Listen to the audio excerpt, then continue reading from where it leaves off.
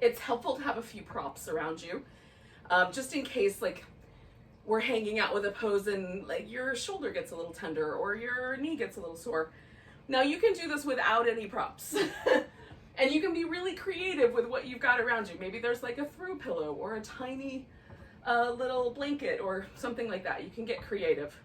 I have a pillow, a blanket, and 2 yoga blocks nearby, and that's what I'm gonna use for the most part this morning. So if that is helpful, grab those items if you've got them, and if you don't have them, just, you know, whatever you've got nearby that you think you could use, like a throw pillow or something that you can pad up your knee.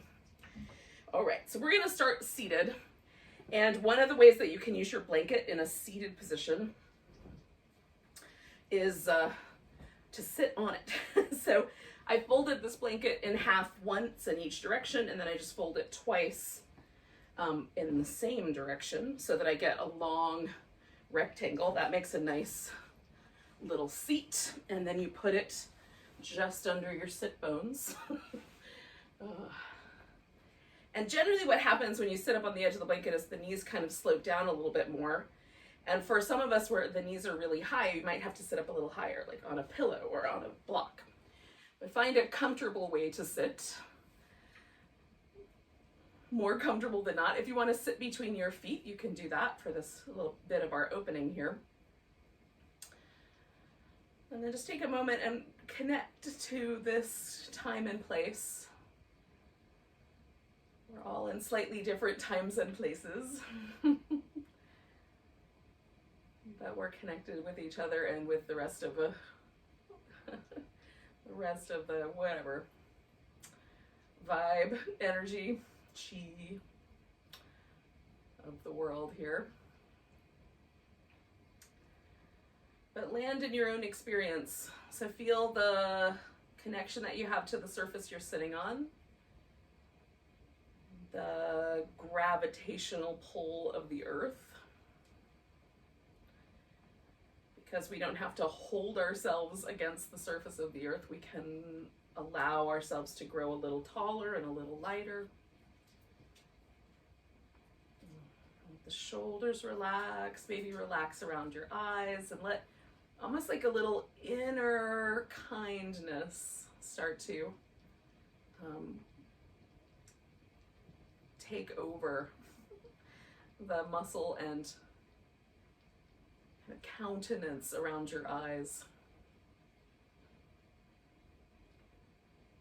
And relax your jaw and the lips and let a little kind of gentle smile come onto the little corners of your mouth. Not forcing it, but just allowing that to happen. Now, at the end of our practice today, we're going to do a guided meditation that's Yoga Nidra, a form of Yoga Nidra, which is a pretty specific guided meditation practice. And so that practice begins with an intention, or what's called in Sanskrit a sankalpa. And the way that you work with that intention is to state it as if it were already true. So rather than I want to be less triggered in relationships with my siblings, it might be I remain at peace and stable at all times, right? So we're stating our intention for ourselves as if it were already manifested. And so as we're practicing, and that's going to happen near the end. So as we're practicing, though, it might be that we can sort of arrive at or know what we want our intention to be. And if you already have one in mind, you can let your practice be sort of an ode to that intention, or you settling into that intention for yourself for the new year. Or even just for the new day, however long you want it to be. So we're going to drop the chin when you're ready and just allow yourself to sit up tall again. And notice if there's any tension in the back of the neck. You can roll the head slightly from right to left.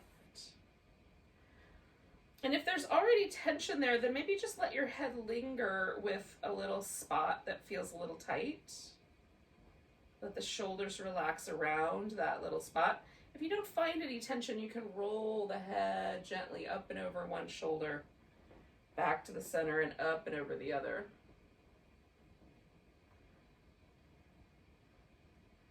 Just kind of finding little places that you want to work with. And being kind. Maybe your neck prefers your head to be held at a slightly different angle, so it doesn't feel crunchy or pinchy. For me, it's really mostly about a couple of muscles in the neck. If I can just hit those little spots, that's enough.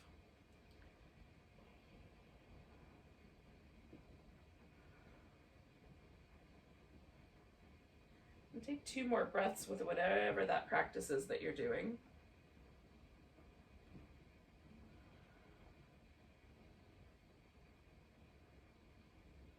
And then let your head return to the center and just float it back up. And just notice, is there any difference in the way that you perceive your neck or the shoulders? Is there any sense of lightness, a pleasant warmth? Is there anything that feels not so great? When you're ready, you can roll the shoulders around, up and around, kind of squeezing the shoulder blades together and drawing them around.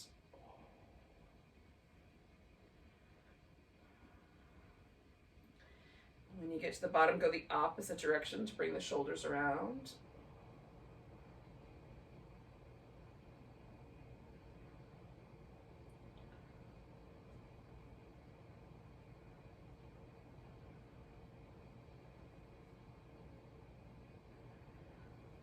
And then once you've relaxed your shoulders, you can do 1 or 2 more circles. Just notice your upper back. We're going to do some little kind of cat shapes. So letting the pelvis tilt forward, letting the breastbone lift, kind of draw yourself into that slightly cobra-like shape, opening up the chest a little bit, kind of pulling the elbows backwards, collarbones wide. And then let your pelvis tilt back almost to the point of kind of falling backwards, but not quite. Draw the navel in, up, kind of broaden through your upper back. And just those 2 little movements. And if you want to add a little sideways movement to that at either end, you can.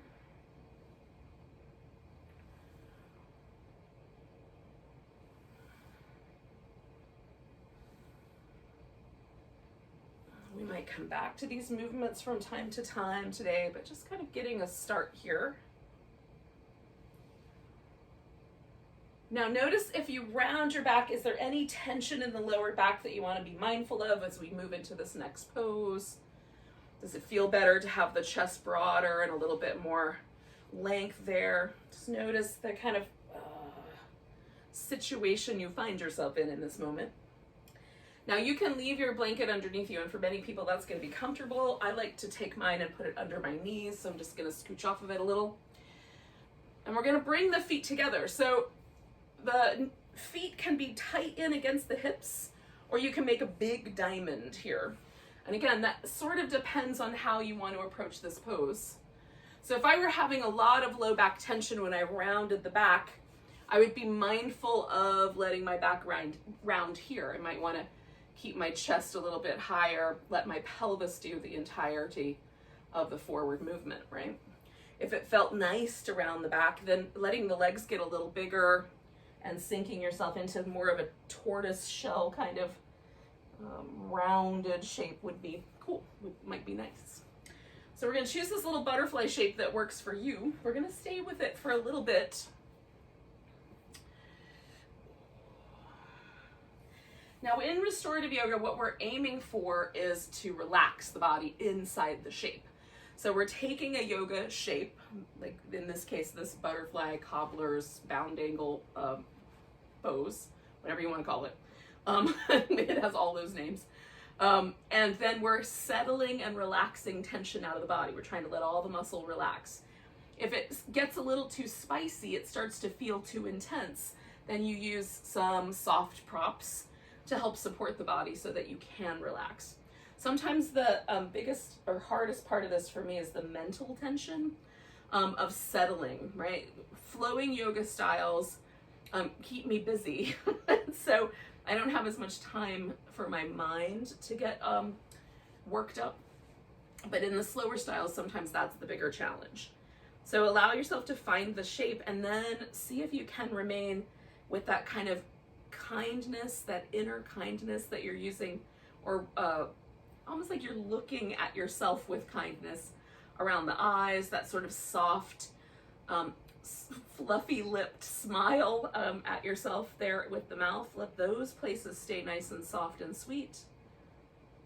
Let the breath help you kind of stay in the moment, and it's almost like we're falling into a state of relaxation rather than trying to hold ourselves in a state of relaxation. So I'm going to use one more prop because I need one more to build myself up a little stack here so I can lean into something. And you can do that with whatever props you might have at your house, or if you don't have any props, then you're just going to work with what you got. But you can build up like a little stack of pillows to lean into, or couch cushions, yoga blocks. If you have a chair nearby, you can scoot yourself under the chair and use the chair as a support.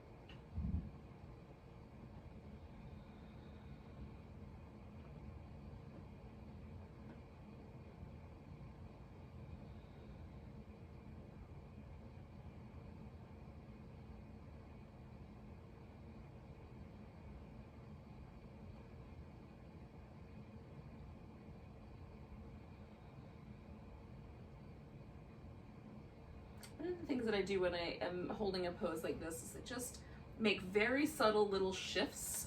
Like I might lean just slightly more into the left sit bone than the right. Hang out there for a breath or two and then shift back to the middle. And hang out there for a bit and then shift very subtly over to the right. I might add some very subtle movement to the neck, or allow myself to really just focus on the movement that the breath is creating. These are places where you can kind of land your awareness or attention.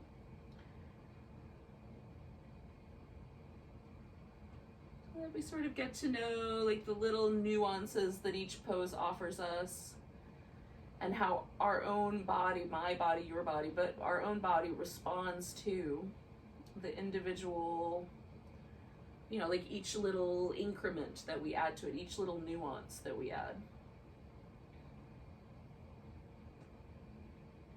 Like I have a habit of leaning more to my left than my right. So when I lean to the right, things shift and I learn a little bit about why I have that habit.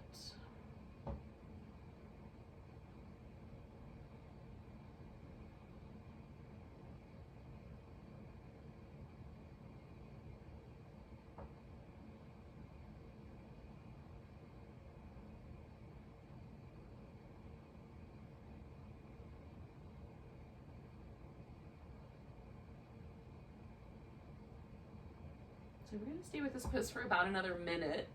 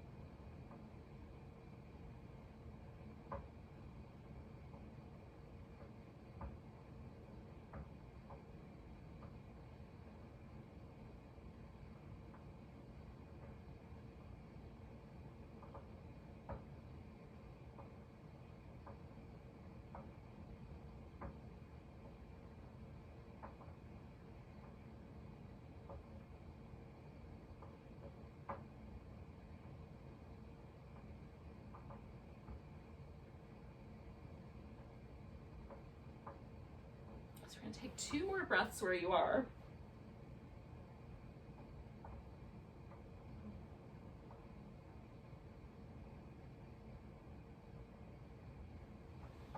And then let yourself inhale up. So as you take a big breath, kind of bring the spine, more kind of aligned. Then let yourself kind of bring the pelvis back a little more. If none of that applied to you, just whatever does. And then let yourself rinse out a little bit with the legs. Straighten the legs, give yourself a little movement.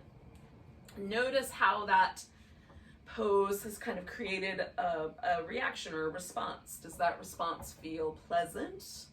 Often when I come out of yoga poses, I have this kind of really sort of light, and the word I use is effervescent, because if champagne bubbles could be a sensation, like really gentle, sort of lifty sort of sense, that's very pleasant.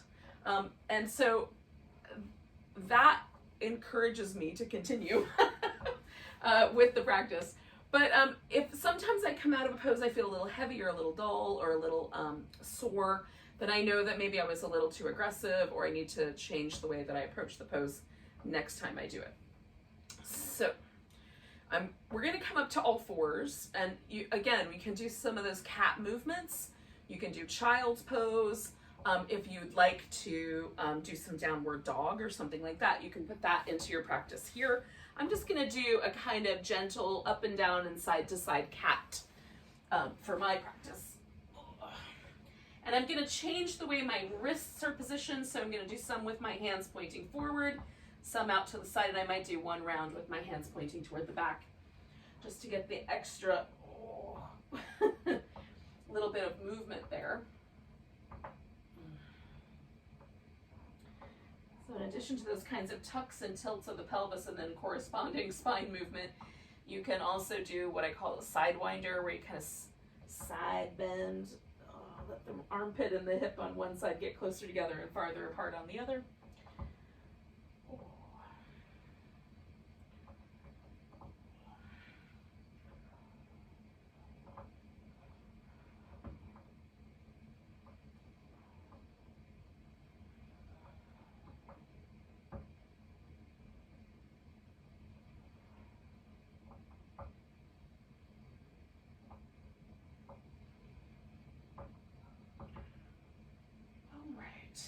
Now, if you've got a little bit more time that you want to spend there, you can. Eventually, what we're going to all wind up doing together is coming onto the belly into a Sphinx pose. So, you can, I give you a couple of options for the Sphinx. So the Sphinx is a little ridiculous. I'm going to angle myself this way, I think. So I have a little more room. Okay, so the general sense of the Sphinx is that I have my elbows resting on the floor. I like my elbows a little bit forward and a little bit in from, not quite shoulder height, distance apart. And that lets my shoulder relax the best. If my elbows are tucked underneath me, my shoulders feel like they want to collapse around my ears. If my elbows are too far forward, it feels a little, there's tension in the shoulder that I'm not a big fan of. So I just look for that spot for yourself. Like, where does it turn into a kind of easy place to land? This next option, if your back is just not interested in that much back bend, is to cross the forearms and let your chin or your forehead rest. And so you're laying on your belly, but it's really gentle, like a barely there back bend. And then the third option would be to prop yourself up on your hands. And so that would be a little bit more. For me anyway, it's a little bit more. And so just we're gonna just pause here for like another 5 breaths. So choose the version that's right for you, and then we'll change it up a little bit.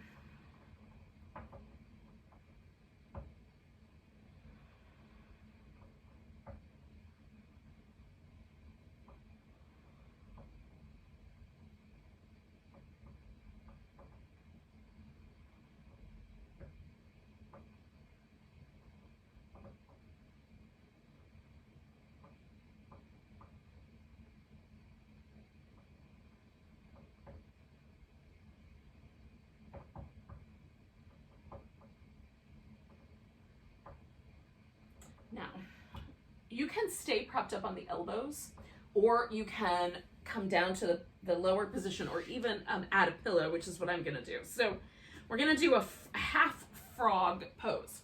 So you're gonna lean to one side, take the opposite leg up so that it sort of makes a little frog shape. You can slide the leg as far out to the side as you want so that your pelvis gets as level as possible. For some of us, that's not going to be very level. You're going to be leaning significantly into your side. And for that reason, You may want to lower the leg or change the position, have the foot come in more, so it's more like a half child's pose. So any of those will work. And leaning to the side is fine too. You can add some extra props to make that a little bit more comfortable. So we've got one leg kind of hanging out in this frog shape. The other leg is either out straight, or if you want to, you can bring that foot in and even reach back and hold onto it so that you have a little bit more sensation in your quad on that leg, or that area anyway. You may or may not feel it in your quad. So what I like to do is hold the frog, and then from time to time sort of bend the knee on the leg that's in the back and give it a little movement. Maybe some ankle circles, and then I might let it relax again. Sometimes I hold onto it with a strap, and that's nice too.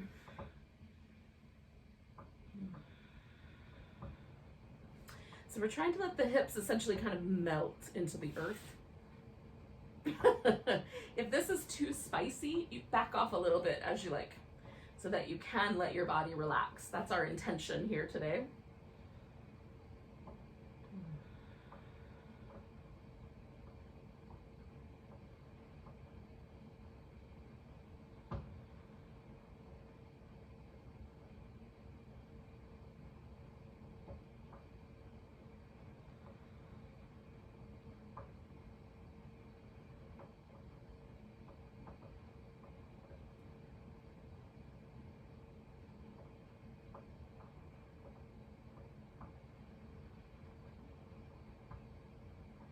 We're going to stay with this little froggy shape for another minute.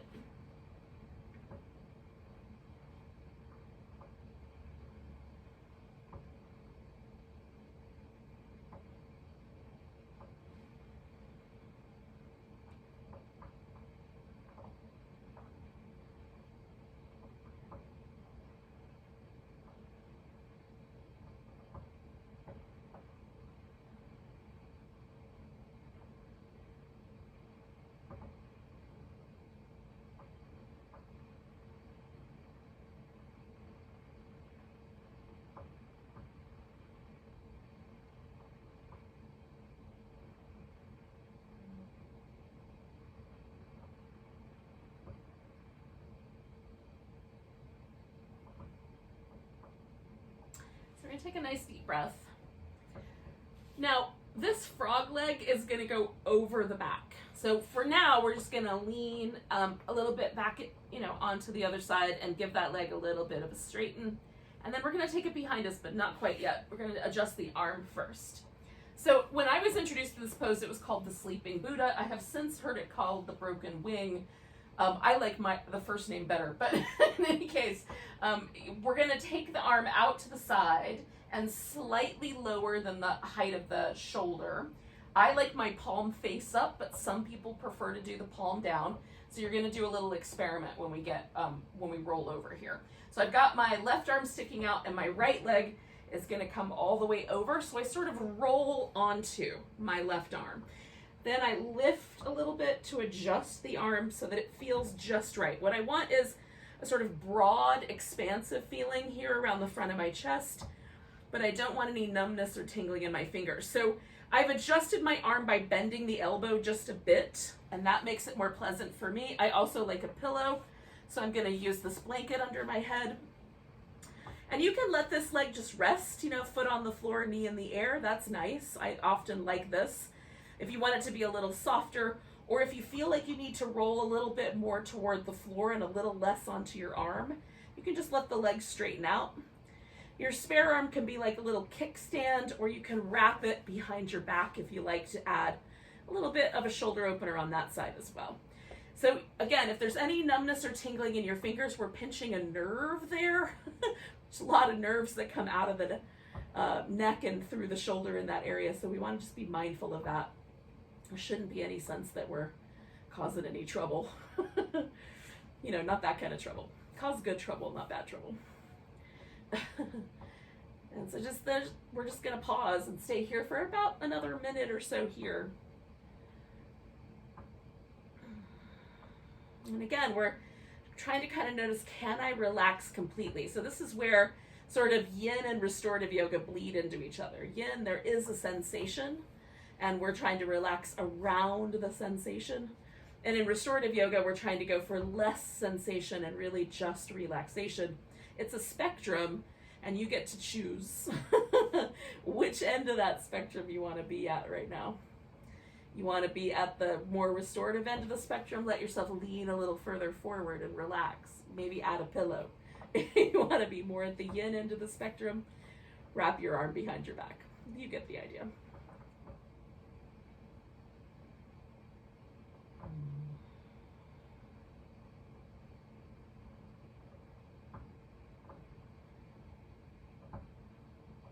So we're going to do 3 more breaths here.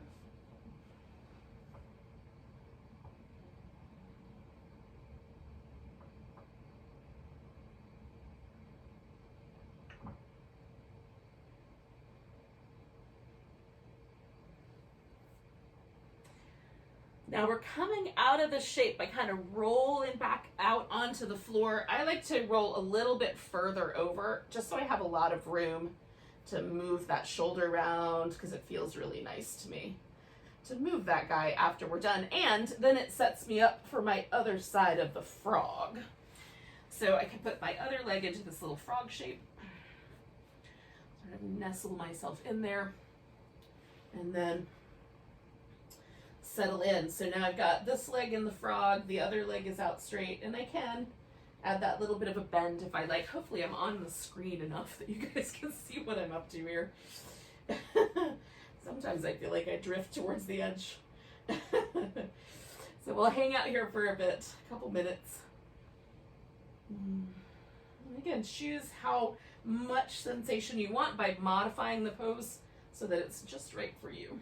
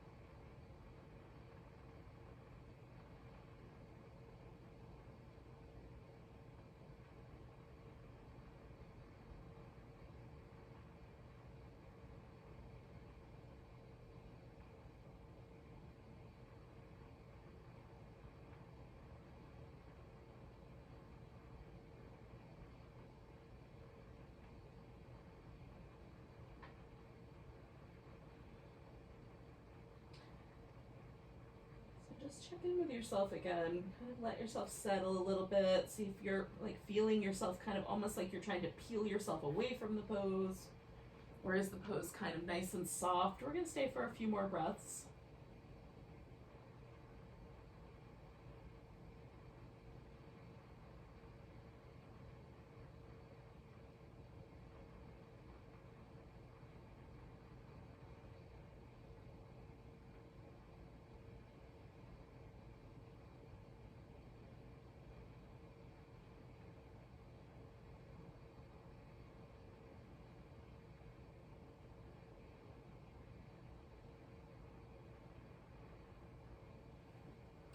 Right, so take a nice big inhale, yogis. And then we're gonna lean a little bit so we can just get ourselves slightly oriented for this arm position. So again, now I'm doing my right arm and I've got it kind of settled out. I'm gonna bring my left leg around to place it on the floor. And then I'm gonna add the little extra bit of adjustment until it feels like, again, I'm hitting the front of my shoulder, but I'm not causing any trouble. And I'm going to support my head, slightly bend at my elbow. And then, again, I can let this leg rest in whatever way makes sense. This arm can wrap around or stay up front, so I can lean a little bit toward this front. So choose for yourself what's the right amount. And we'll stay for a bit.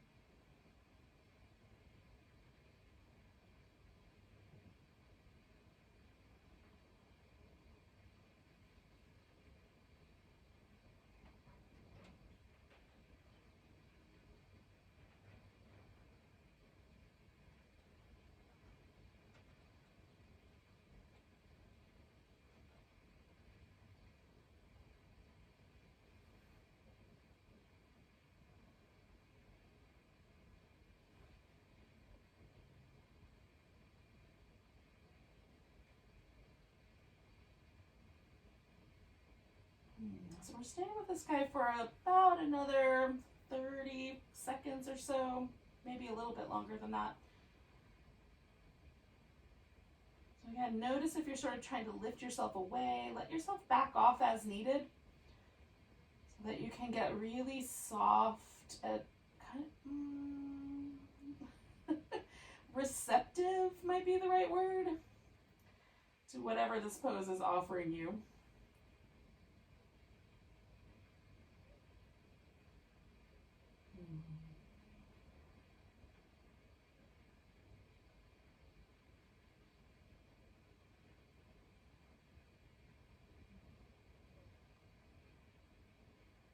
Take a nice big breath,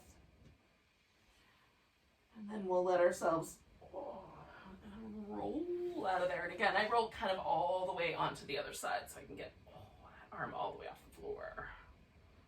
Oh. Now, I'm going to do a little child's pose. If you would like to do that, you can, or you can do some cat shapes or down dog or whatever you like, whatever your favorite is.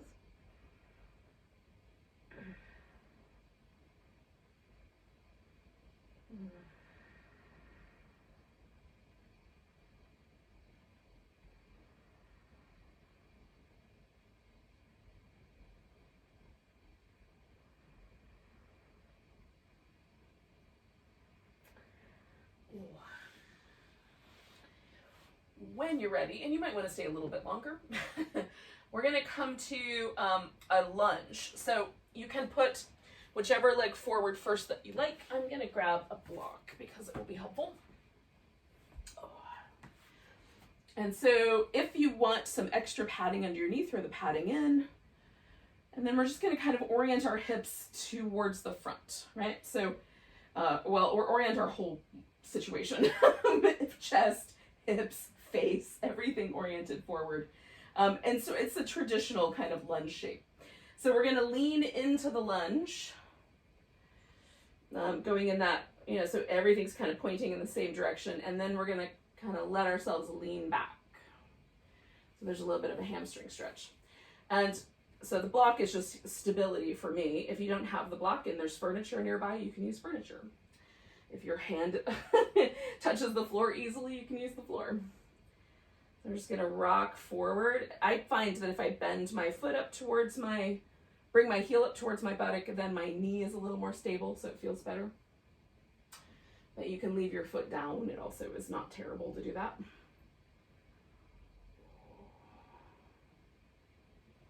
Now, if you would prefer to just land in one position, just pick one. Land there, do a few breaths. And then go to the other side and do a few breaths there. So I'm going to do 2 more of these little floating versions.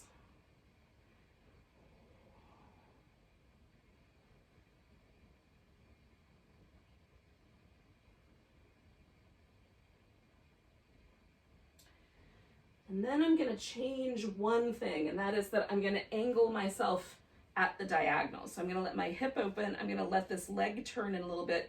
So it almost starts to take on the flavor of a Warrior 2 pose. So everything is now oriented at a diagonal. Maybe Warrior 1 would be closer example. And so I'm going to lean into that and then lean back, right? So now there's like a slightly different dynamic to this. Lean forward and lean back.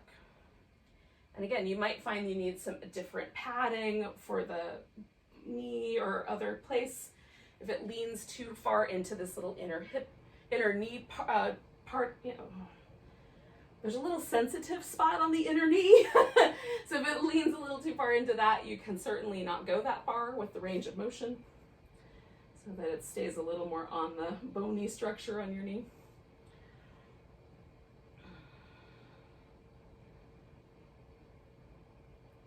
Now I'm going to settle myself all the way onto the floor, and I'm going to leave this leg in this orientation.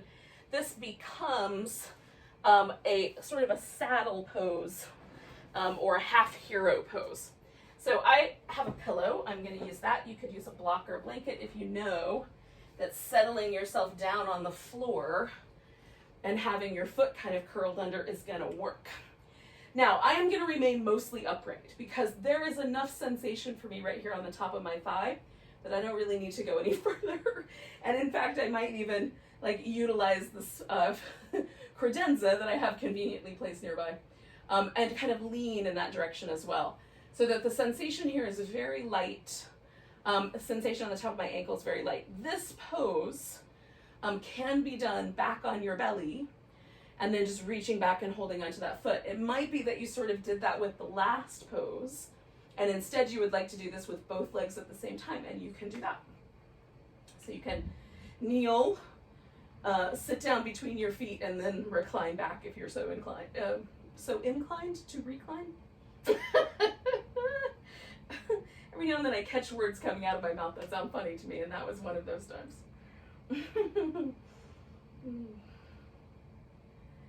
So just sort of allowing myself, so the lunge, the frog, the child's pose all kind of built me up to this little place where I'm allowing myself a little bit more of a sink into this shape.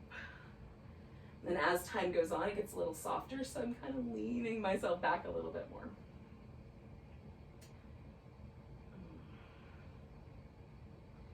So we're going to stay with this shape for about another minute or so, if that helps you make plans.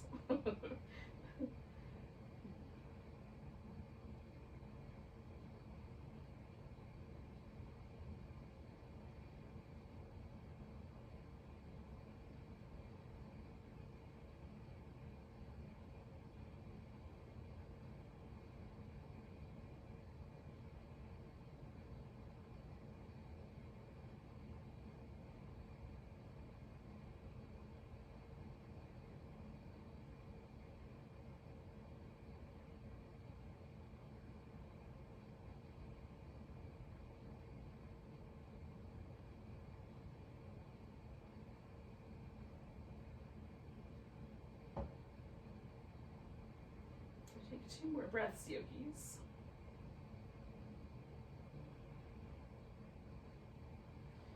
And then we're going to let ourselves come all the way out. Now to do that, I'm going to lean completely in this direction so that that leg will completely unfurl without a lot of fanfare. You might have to do that differently, depending on how deeply into that shape you were. And then again, I like to check in and just see, does the sort of after effect of the pose feel good? Does it not feel so good? And then, learn from that. Do it differently next time. So we have a lunge to do on the other side. So bringing my right leg forward. Right leg is the next one. And again, I'm going to start in this more sort of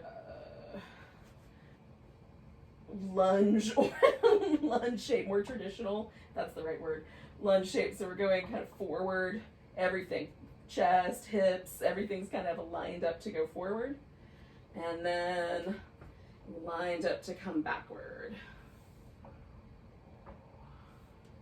And again, I'm going to do this as a little flow, kind of moving in and out of each of these shapes. But you can do it as a static, hold one pose for however many breaths you feel like you want to hold it, 3 or 4, maybe 5. And then do the other side of the shape for the same amount of time.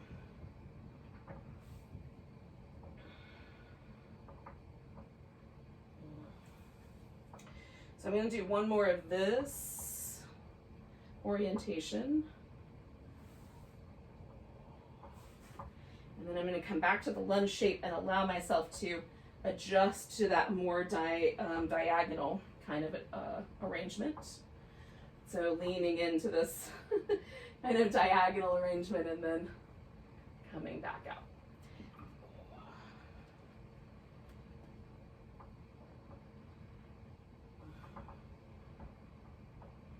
Now for me, this just really changes the dynamic. My inner hamstrings now become way more interesting. With the other version of the lunge, it's more about my outer hamstrings. Now that might be different for you, but that's what it is for me. There's no right or wrong way to feel a yoga pose. It is what it is. You feel whatever you feel, y'all, and that's perfectly correct. And again, if there's sensitive places in your body where this is not working for you, then modify it by either shortening the range of motion or again, not moving, add just a static position to it that feels right. Okay, so I'm gonna do one more of these and then I'm gonna settle myself back into my other side of my little half hero / half saddle. And then again, you can change this up. So you can lay on your belly and hold your foot. You can, you can add more layers of support. Yep. You know, we just go a little at a time. So for me, it starts by having a little extra something to lean on. Right, the pillow. For some of you, sitting down right next to the floor will be very comfortable. There's already sensation happening right here on the top of my thigh, so I'm not going anywhere yet. Just hang out, see what happens.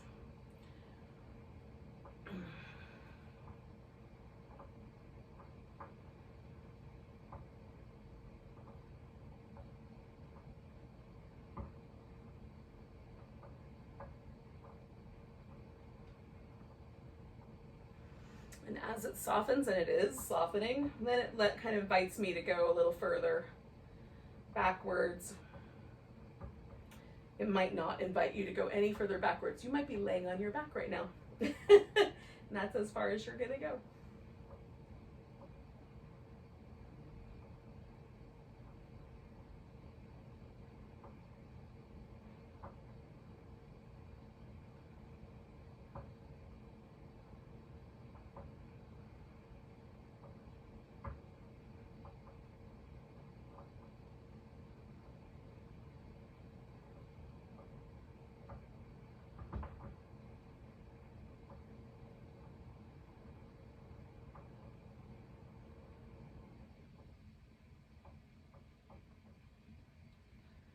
So we're gonna stay for about 30 more seconds.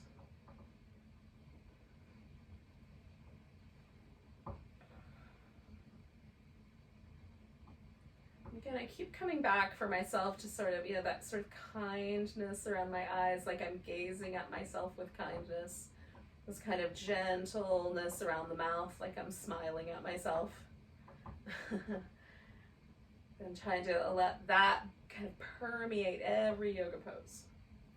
This sort of sweetness. So I'm going to take 2 more breaths.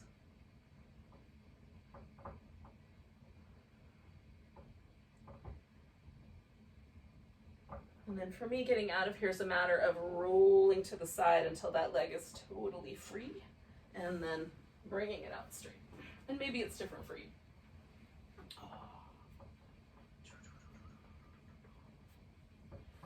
All right, so now we're going to do a much more traditional restorative pose, which is a version of a back bend that is, you can modify to make more gentle or less. So it's called mountain stream pose. And I do this sometimes with any class that's in this kind of slower pace. I'm going to tell you how to set it up.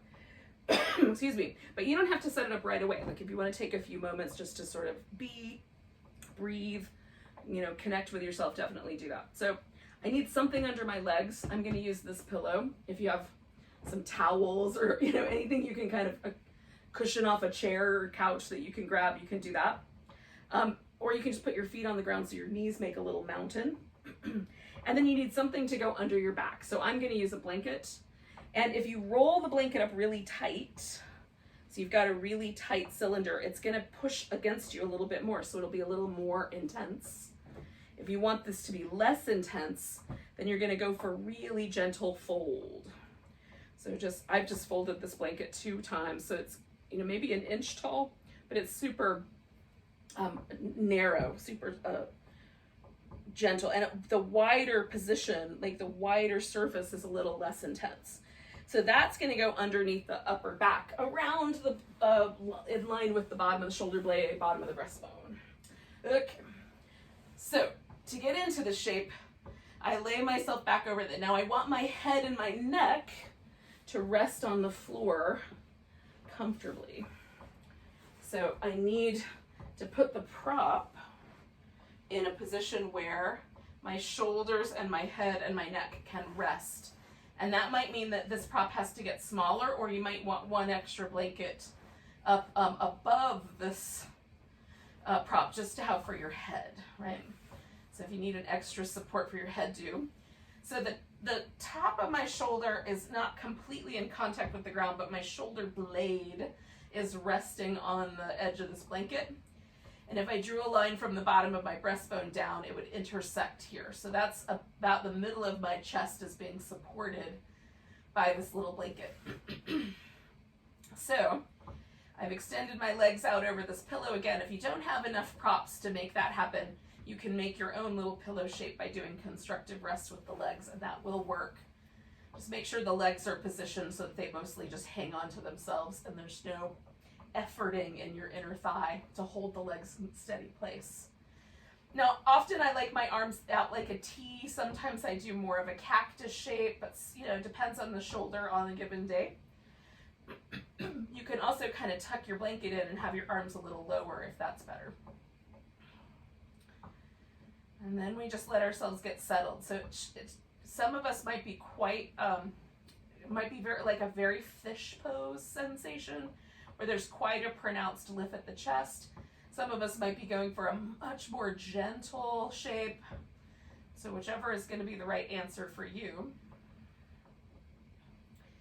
And I will never tell you that this pose is like like hanging out in a reclining chair. It's not. It's a little bit awkward, but it doesn't feel terrible. In fact, the longer I stay, the better it gets, and that's kind of what we're aiming for.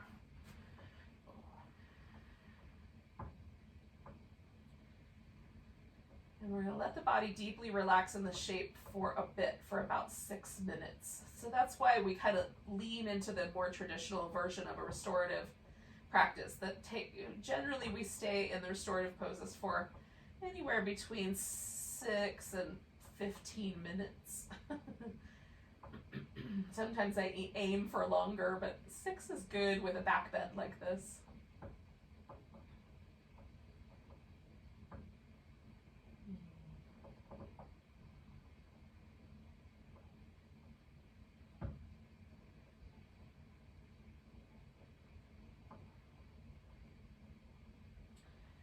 Again, the goal of restorative yoga is to hold us in a little yoga shape and then let us peel off layers of stress and tension.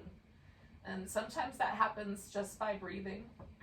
Sometimes you have to sort of focus your attention on letting go, on relaxing the legs heavily into the floor, into the prop.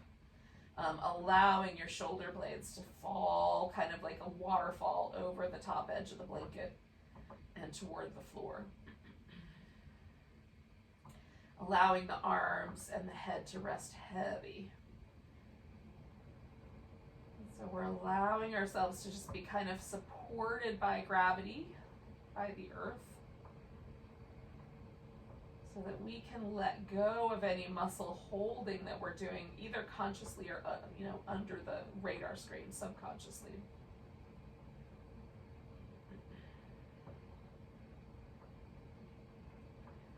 And again, for me, there's certain spots that I know to always check on: my face, my shoulders, and also the lower part of my abdomen. So from my belly button down to the inner thigh, sometimes I have a tendency to kind of grip, and I think it is maybe a balancing, on the earth kind of.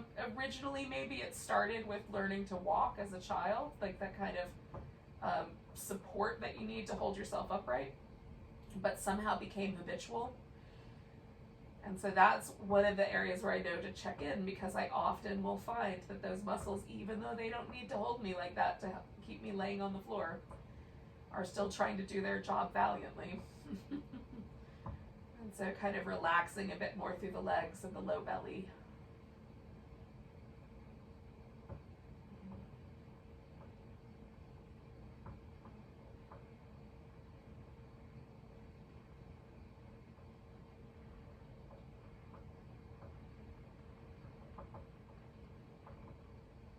might help sometimes to kind of like stretch out the fingers and toes and then let them relax. Just being a little more conscious about letting go in little places. Sort of invite the bigger places to let go. So we're going to stay for another minute here.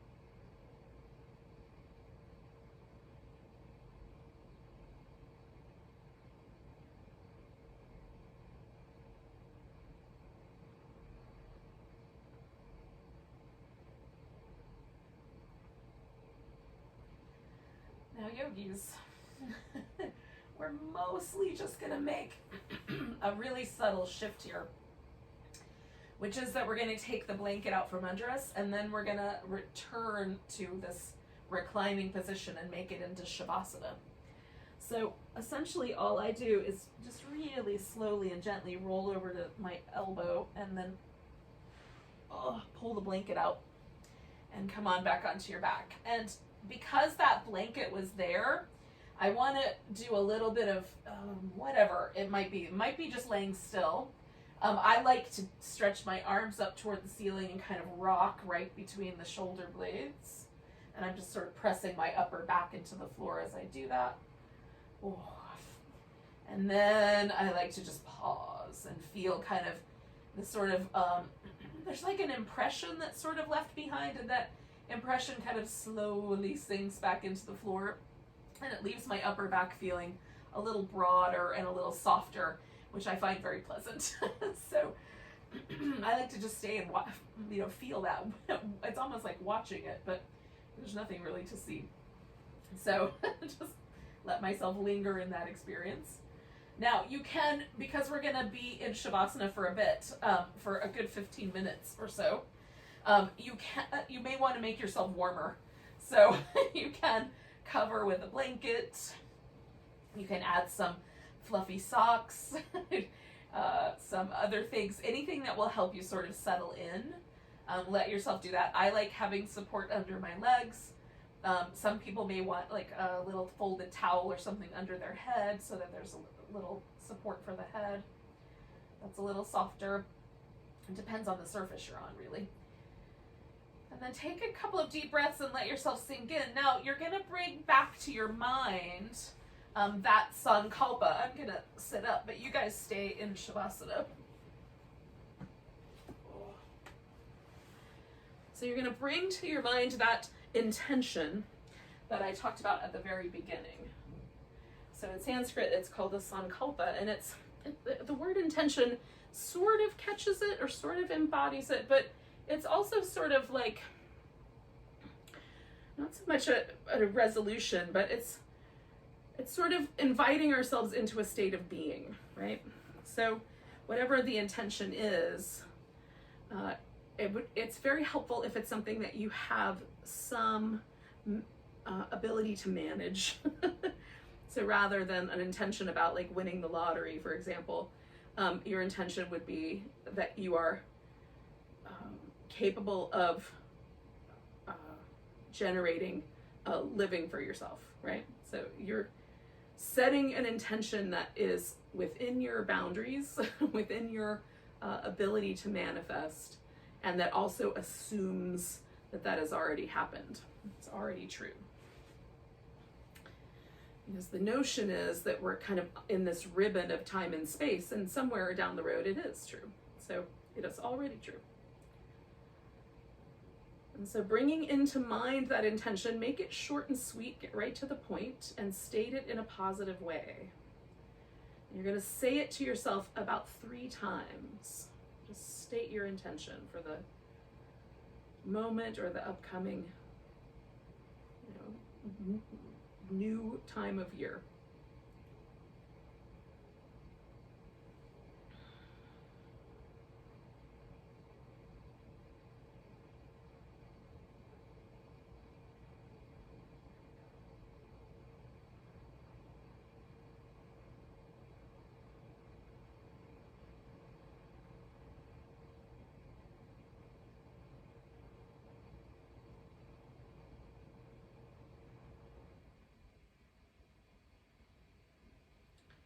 And then let your sankalpa kind of drift off, your intention drift off into the back of your mind. You'll come back to it at the end.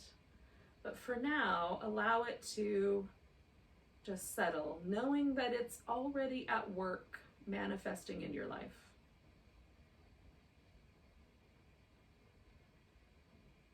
Feel yourself now supported by the props, supported by the floor. Feel all of the places where your body is touching the floor. And feel how the floor rises up to meet you so that you can sink in. Allow yourself to sink deeper into the surface that you're resting on.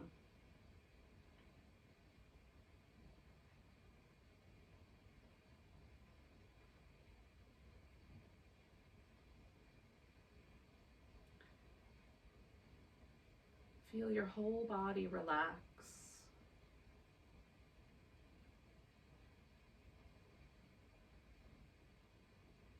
And become aware of the sound around you.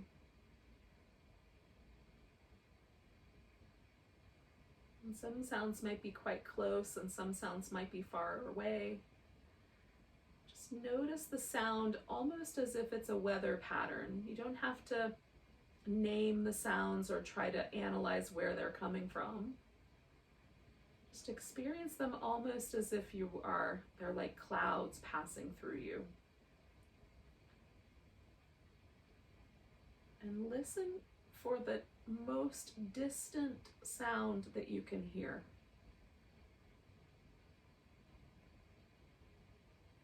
Let your hearing range out far into the distance.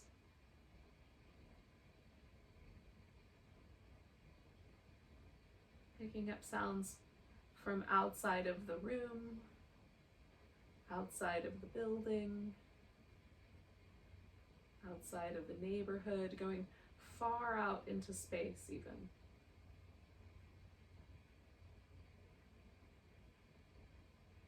Listen for the most distant sound that you can hear.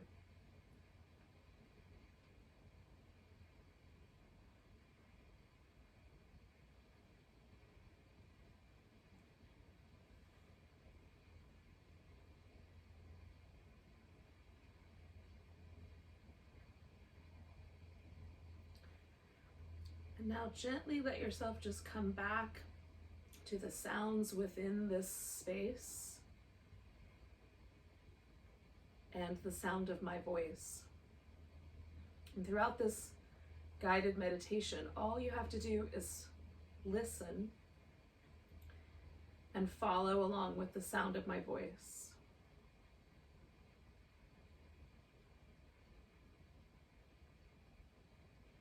Now we're going to begin a rotation of consciousness through the body.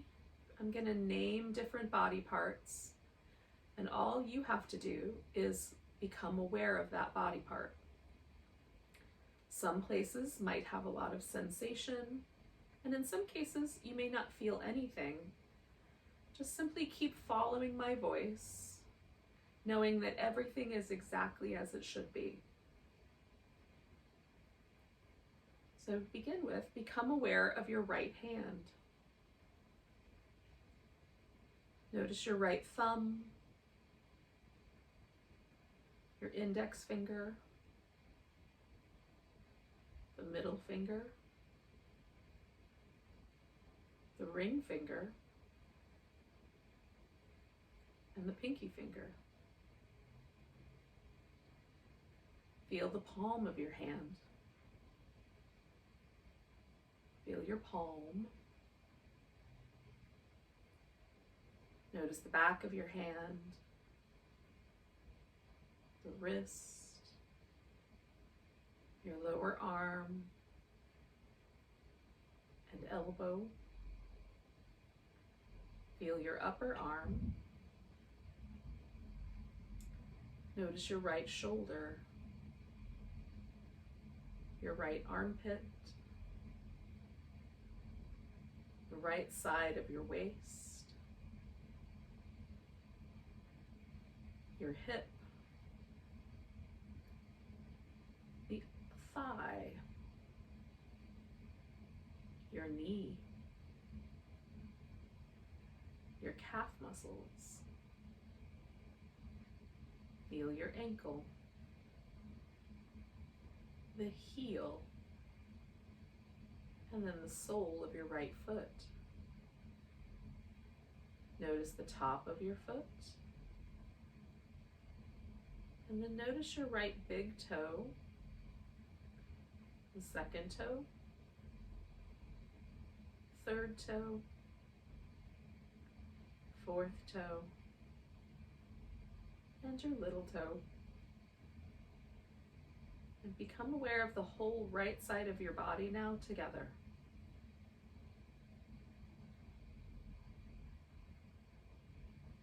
Now bring your awareness to your left hand. Notice your left thumb, your index finger, middle finger, ring finger, pinky finger. Feel the palm of your hand. Feel your palm. Feel the back of the hand, the wrist, the lower arm, elbow. Notice your left upper arm, and then your left shoulder, left armpit, left side of your waist, left hip. Become aware of your thigh, your knee, your left calf muscles, left ankle. Feel your heel and the sole of your foot. Feel the top of your foot. And then notice your left big toe, second toe, third toe, fourth toe, and the pinky toe. And become aware of your whole left side together now. Feel your whole left side.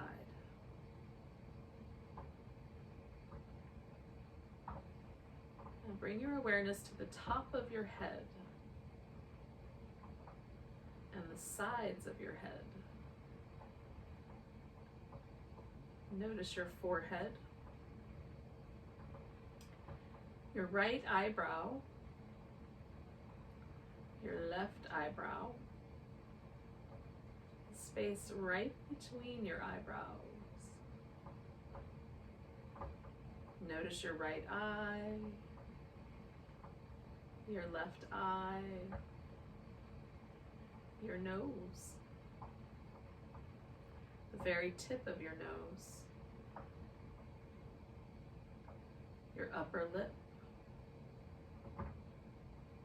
and your lower lip. Become aware of your chin, the throat, the right chest muscles, and the left chest muscles. Feel the heart center right between the two chest muscles. Notice your abdomen, the top of your right thigh, top of your left thigh, right kneecap, left kneecap,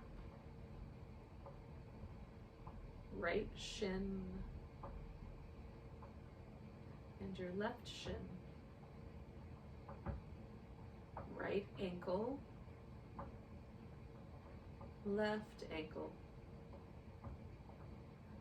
right foot, and your left foot. And notice the whole front of your body together. Feel the front of your body all as one.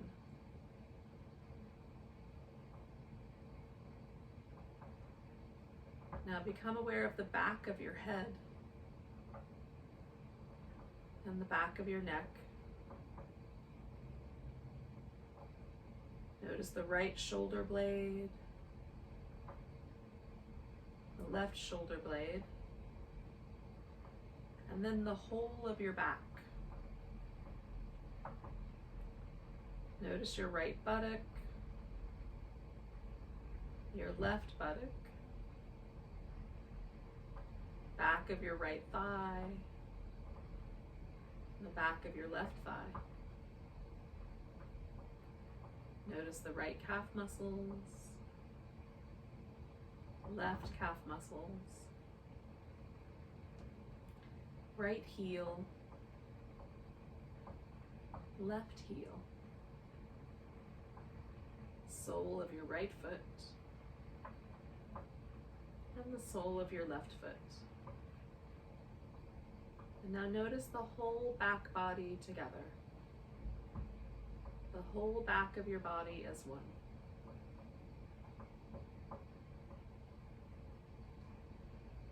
Bring awareness to your head. Bring awareness to your whole right arm and your whole left arm. Whole right leg and your whole left leg. Feel your head, right arm, left arm, right leg, left leg. And now feel your whole body together. Become aware of your whole body as one. Feel your whole body. Your whole body.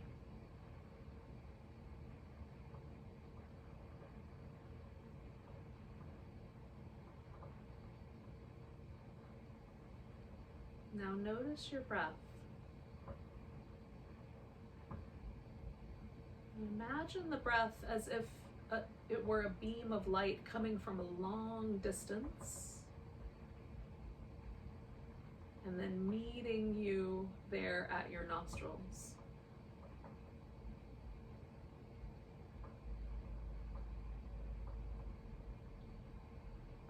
Feel the breath coming from a distance toward you, going through the nostrils and meeting right at the very tippy top of the nostrils, right at the tip of the top of the nose.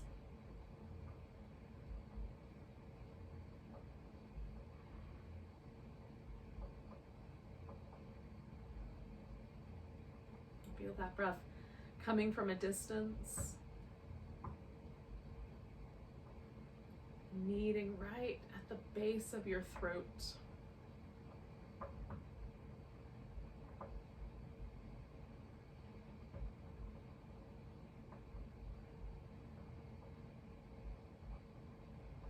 Feel the breath coming from a distance and meeting right at the heart center.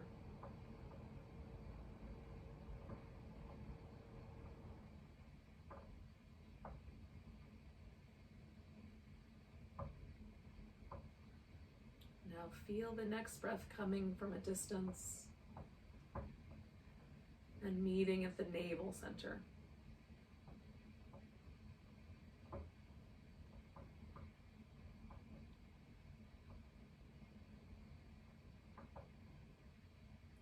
Now staying with the navel center, we're going to count the breaths backwards from 10. Like this, navel rising, 10. Navel falling,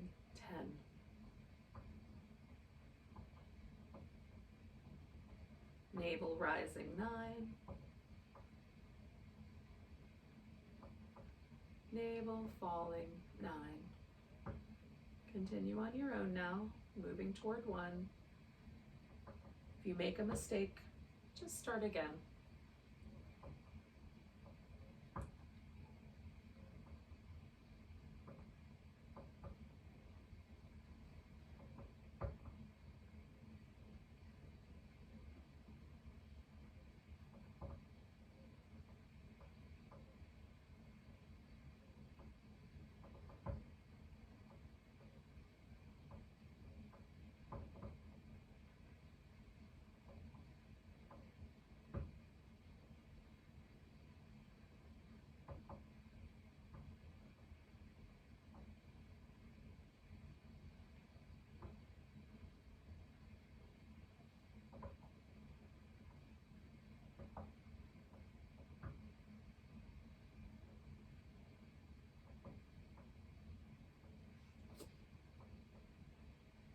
Now allow yourself to stop counting the breaths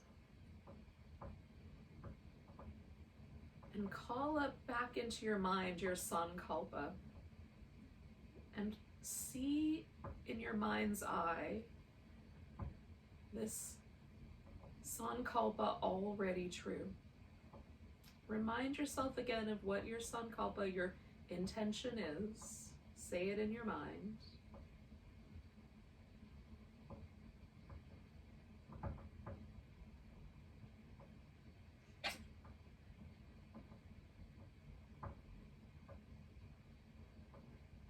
And see it in your mind's eye, already true in your life.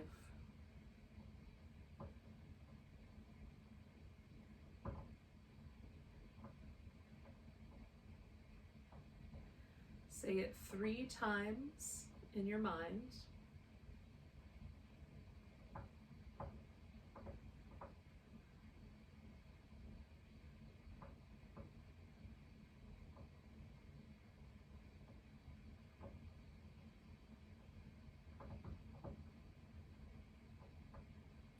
Bring that sankalpa right to your heart center. And take a nice deep breath. And let go with a sigh.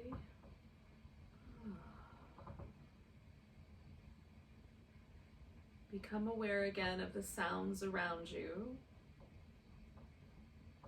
And then begin to gently move your fingers and toes and your wrists and ankles. Take your time, but you're going to slowly bring yourself out of the Shavasana, corpse pose, and roll to your side when you're ready. Again, there's no hurry.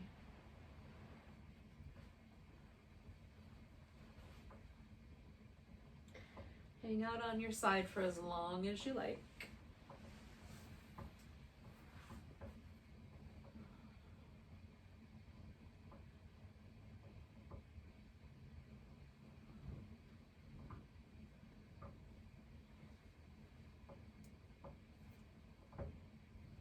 And then when you feel ready, you can bring yourself to a seated position. Again, There's no hurry. Take all the time you like.